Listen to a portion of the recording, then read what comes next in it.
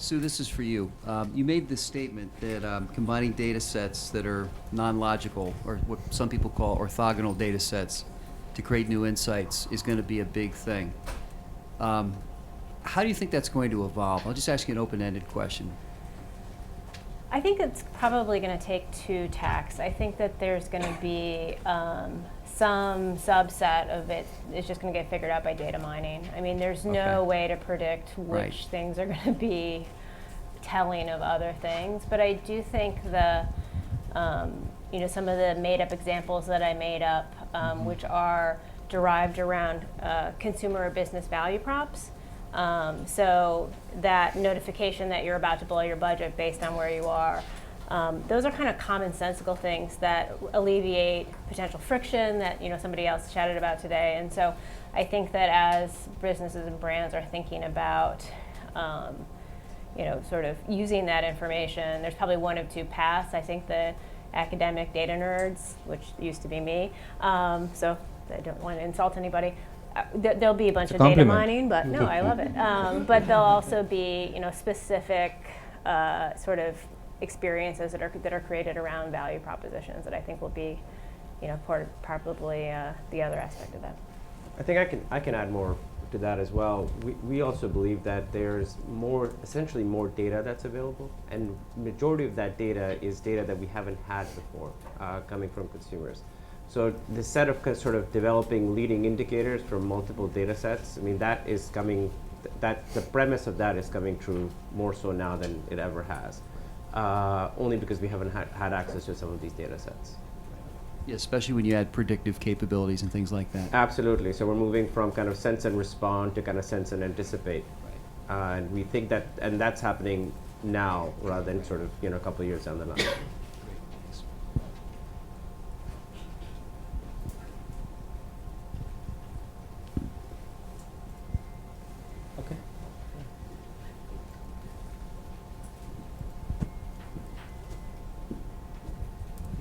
My question's for Christian. I like the idea of the 7 shades of mobile, and I'm wondering where you think Twitter falls among the different buckets. It falls in several. The preponderance of memory serves is express and me time, but socialize is in there too, because socialize is all about connecting. So you kind of think about why people are using Twitter. That's more important than is the behavior of Twitter. So if I have a thought and I want to express because somebody here has said something interesting and I want to share that with the world, that would be an express motivation, and that's where it would fit. If I'm waiting for the subway and I want to see, what my friends are talking about because I need a couple minutes to kill time, that's probably more of a me time motivation. So, the right question to ask is what's the underlying motivation behind this? And I think the issue is understanding what the total sort of pie chart looks like for any given, let's say, brand or app or whatever is important. But if I were an app developer, what I would be trying to do is develop signals in navigation so that users could sort of tell me what they are. And the example I use is this. If I'm a huge Amazon user, I don't have a lot of time, so everything is Amazon Prime. The iPhone app is atrocious. It's great if you know exactly what it is that you want to buy, but if you're just sort of looking around for stuff because you're passionate about video games or tools or shoes or whatever, it's really, really difficult. And I think it's because they're optimizing to the transaction maybe more than they should. If you can fuel product discovery and fuel engagement that way, it leads to conversions, as we very clearly have demonstrated. But they haven't optimized their app to do that. So in order to have that experience, you have to open up a browser and go to the Amazon.com mobile browser experience. And there's a disconnect there. So that's what I would do, but I realize it's a really difficult thing to do too.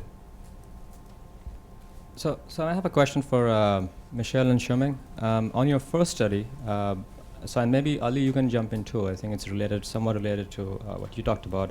I was thinking about other product categories where your results might apply, right? So you talked about movie tickets, right? And I was really fascinated by the curvilinear relationship that you had between, time and location.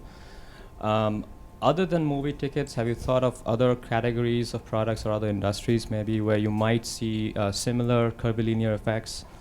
which would then have interesting implications for brands and marketers. Well, that's a very exciting question because the company, the corporate partner, why they partner with us, one of the motivation is they're running these kind of experiments, sell the products, all kinds of products every month, send at least 2,000 products to 60 million of customers. Just sending an SMS out, trying to sell all kinds of products.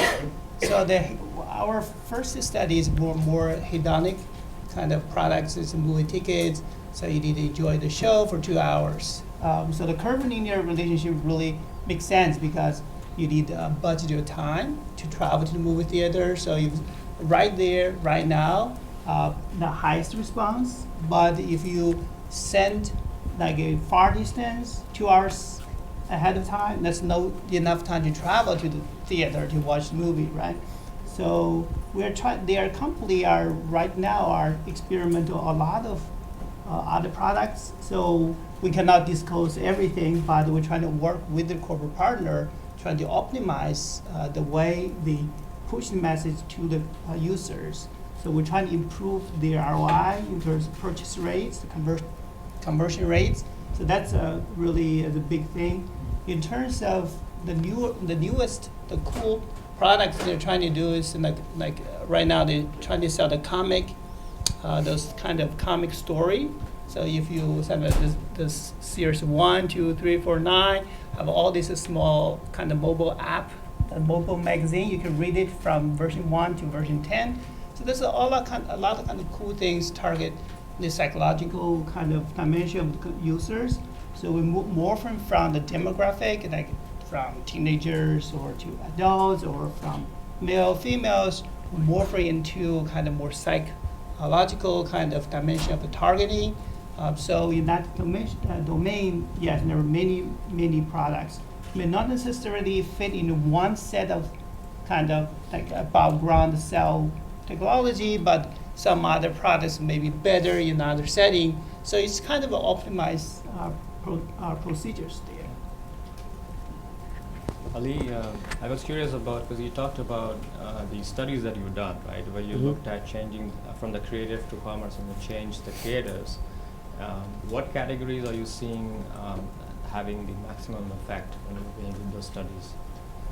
It's really in the mobile advertising or the display advertising space, it's really the usual suspects. It's auto, financial services, CPG.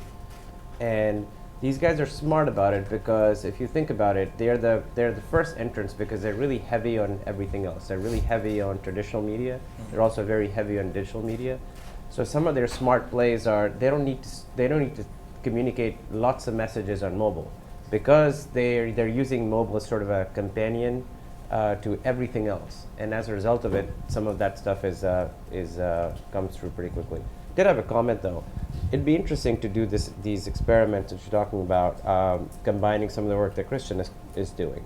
So I'd love to kind of see that as either a targeting play or just kind of understanding that, because I think it's a low involvement categories that probably tend to work really well there. Yeah, I mean, we are always very excited to work with industry. So, any questions? I have the mic, so I'll take this one right now. Just a comment for Christian and a question for Sue. So in your slide on what do you reach for in the morning, you need a fifth bucket. Which is? A glass of water. That wouldn't be as fun though, would it? For Sue, there's a lot of talk about the big data and the analytics, and what does that really mean? I think it means a lot of things to a lot of people, and I think it's a buzzword that's probably used a little bit too much. But I think to me, big data means having access to a large quantity of real-time streaming information, having a real-time analysis layer on that, so that you can actually find insights and make decisions. from my experience working with a lot of large marketers, there's a lot of talk about big data, but I don't really see a lot of activity. So I want to say it's all bark and no bite right now, but I know there's some experiments going on, but I think for me, what's most important and what I talk to my clients about are how to find those things that are most actionable and relevant. And you don't necessarily need big data for that. You just need a lot of common sense sometimes. So try to balance both. Let me jump in here. The big data, because my center deal with the big data and mobile analytics. The big data actually is out of our expertise. So as my background is from marketing or like an Indo from IS side, I think we have to partner with people outside our discipline. Yeah. So we have to partner with biologists and also computer science team, so that this simple kind of 100 million people, the data is just amazingly big.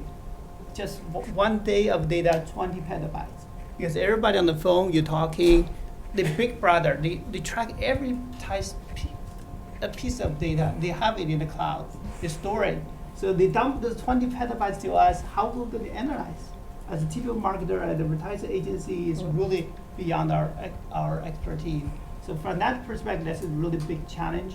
But the very exciting is that once you go with these computer science team and biologists, because they analyze our gene, our body, so their trainings of connections, they can analyze simultaneously. So that's one advantage. I think the marketers should work out the zone of our typical expertise to learn from other fields, and that will be very exciting. I think that's part of the future of big data, and in terms of using mobile as well. Yeah, I totally agree. And I think one of the things that's always bothered me about digital in the 15 years or so that I've been dealing with it is without the two counterbalancing each other, big data can actually be focused on completely the wrong things. And you have to know what to measure. So let me give you a quick example. We've done a lot of path to purchase work at AOL this past year across different categories. And one of the things that we found, we do a lot of work in autos. And so one of the things we found is, and this is all observed data, there's no survey bias in it at all. 40% of new vehicle buyers never visit an OEM site. But yet for most of the auto clients that I work with, they're singularly focused on driving high-value tasks and traffic to the website. For 60% of the audience, that's valuable and meaningful, and it's a meaningful step in their path to purchase. But for 40%, it's not. So if you're optimizing 100% against 60, you're leaving a lot of opportunity on the table. And I think that the problem with big data, and specifically with the lens of sort of digital analytics around it, is we oftentimes use metrics of convenience, not metrics of appropriateness or something. Meaning you got to figure out what to measure first, and then let's figure out how to do that with all of the analytic tool sets that we have. And what I see is, without the counterbalance, it's very easy for, let's say data scientists to go down a path, but it's not necessarily rooted in a human truth. Okay, we have time for one quick question, and that's it. Okay, it's going to be quick. So this question for Michelle, Xueming, and maybe Juanita also. So have you considered, I'm talking about second study you guys did. What do you think about the impact of culture here? Because different cultures, they have different perception about what is like private space, the distance. So if you, for example, if you do this study in a completely different culture, would you expect something different? I can Take it. Yeah, I can begin to answer that. That's a very good point. And in this case, we did run the study in a large city in Asia, where you could argue the tolerance for crowding is higher than in other places, for example, suburbia or rural places. So that's one thing, and then that's also kind of like, that leads into the next question of understanding context. So in this case, we were looking at commuters on a subway train. They really had no choice if that was just the way to get to work the fastest. There's other cases, I think of the 2012 Super Bowl dome tweet by Oreo when the dome went dark.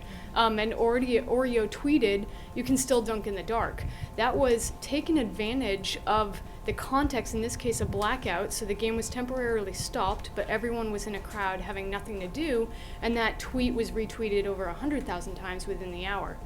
So definitely different situations of crowding, whether it's an airport lounge or you self-selecting into the crowd versus cultural tolerance for crowding are really good points. Well, I think that's for the effects. If you remember what our finding is exciting, because when you have per square meter, just like draw a square meter of branch, if there are only 1 or 2 people, there's no huge jump. But if per square meter goes to 4 or 5 more crowding situations, and then the response to the mobile coupon is jump 50%. Why is that? Think about it yourself, right? You go to the subway train, and strangers look at each other. It's not so comfortable, right? So what do? You can close your eye, take a nap quickly, or get read newspaper, or just pull out the mobile phone, immerse it into the mobile, that's your personal device, and then at that moment it's good time for marketer to send a message to kind of like escape into the social embarrassment, anxiety of other people invading my personal space.